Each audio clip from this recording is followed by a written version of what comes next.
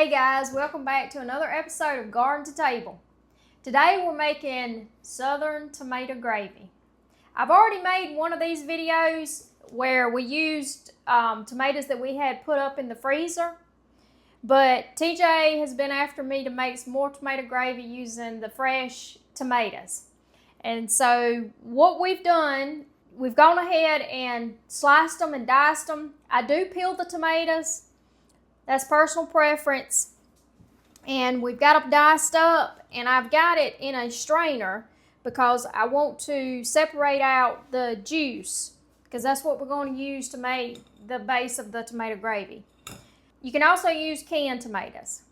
We're going to be using bacon grease today for our fat.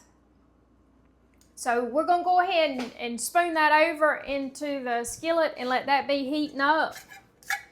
I always save my bacon drippings, my bacon grease. Keep it in the fridge for such occasions.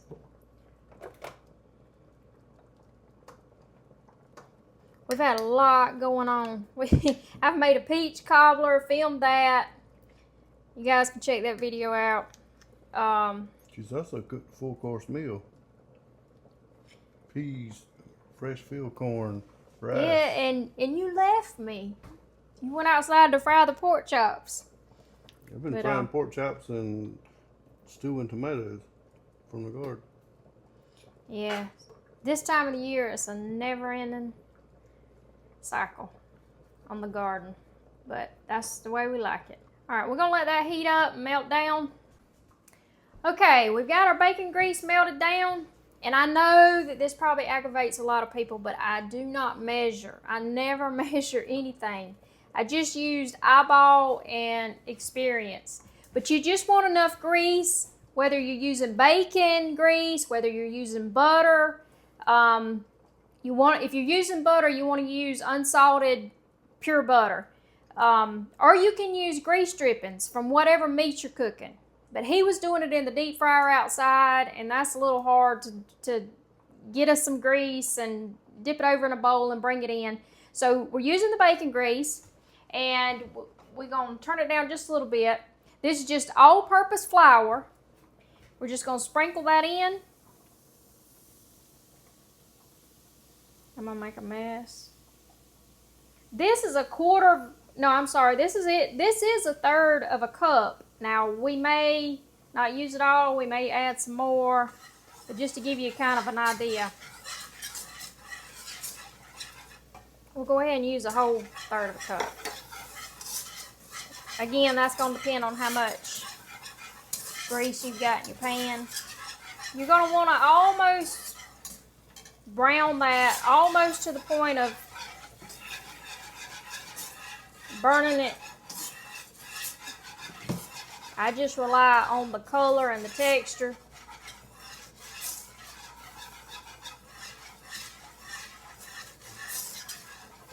And you got to continuously whisk so that it doesn't burn.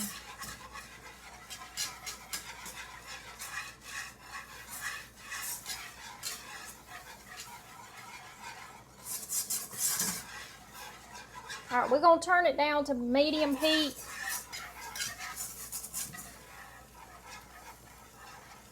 This is kind of there's an art to gravy of any sort, in my opinion, if you're making it from scratch. You just kind of got to learn, and once you become pretty good at it, it's a piece of cake. But for beginners, it's going to take some trial and error and probably some fails. Yeah, we having a super Southern home cooked meal tonight. We've got some creamed field corn that we just put up. We got some peas from the garden. Those are last year's peas we got out of the freezer. Our peas this year haven't quite started making yet. We got some good old rice to have with this tomato gravy. And we made some peach cobbler and some crackling cornbread.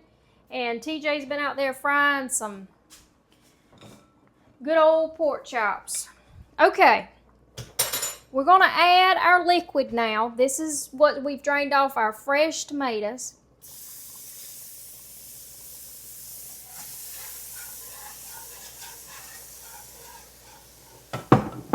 I've got some water on standby over here, just in case, because it'll immediately start thickening up. We're going to go ahead and turn it down to really low heat, and I am going to add just a little bit of water.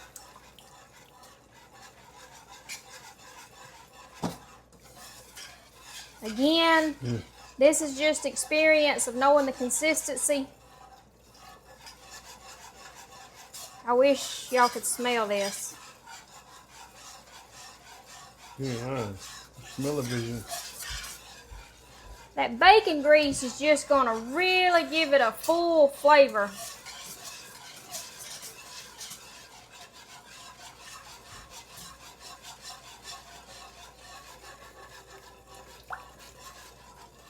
Alright, that's looking about where I want it. And it'll continue to thicken as long as you keep it on the heat.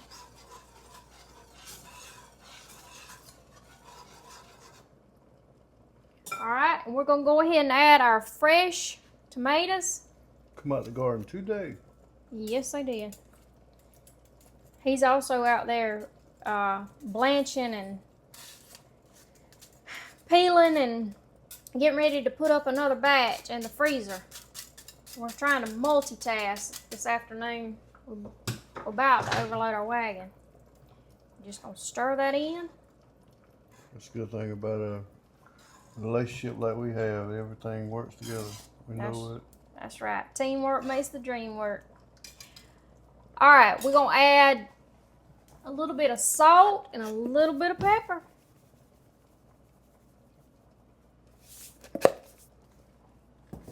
Can you pass me that pepper there? All right.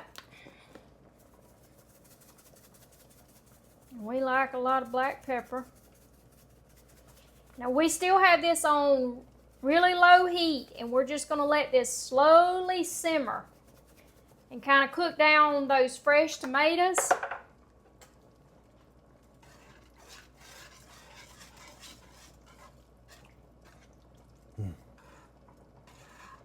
Good looking stuff. It is. It'd be good on a fresh homemade buttermilk biscuit. But like I said, tonight we're going to slather it over some fried pork chops and that rice right there. Yeah, cracking cornbread.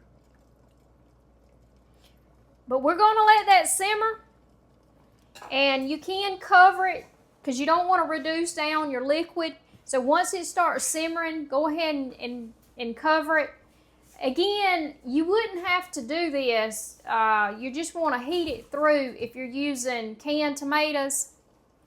But since we're using these fresh, we're going to cook them down and get them just a little bit tender. So we're going to cover this to keep all of our liquid content in. And we'll be right back with you.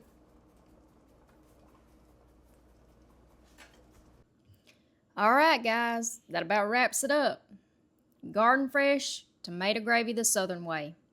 Thanks for cooking with us, and as always, we appreciate the support you guys continue to give us by watching our videos. See you on the next one.